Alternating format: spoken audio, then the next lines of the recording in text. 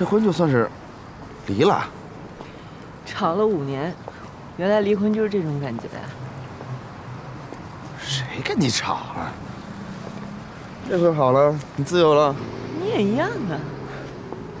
哎，抱我一下吧。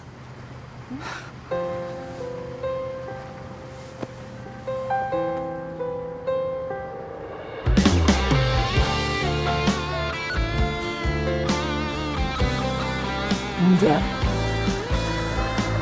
结婚这么多年了，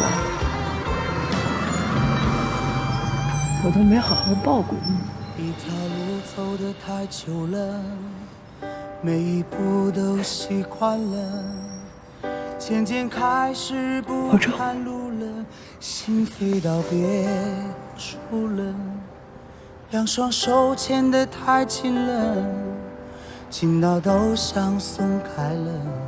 丽丽，慢慢开始找借口了，心逃到。爸身体好点了吗？嗯，好多了。那就好。啊，对了，爸让我把这个给你，这什么呀？自己看呗。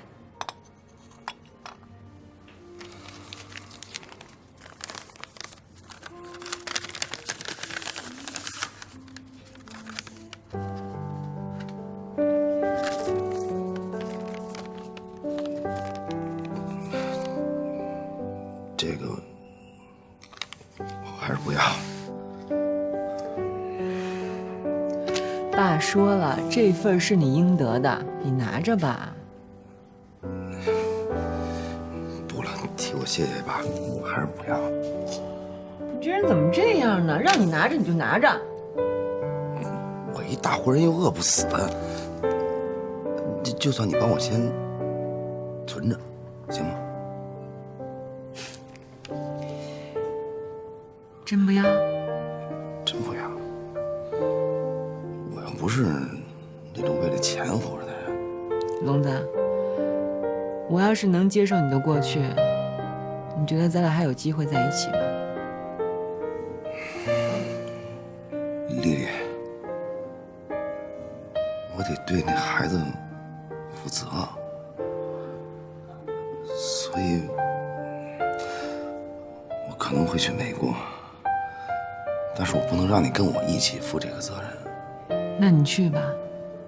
如果在那边真的过得不好，你要记得，这边永远有你一个家。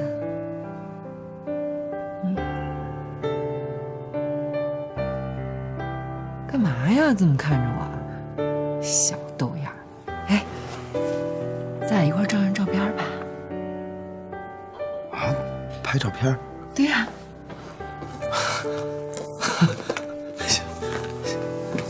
行了。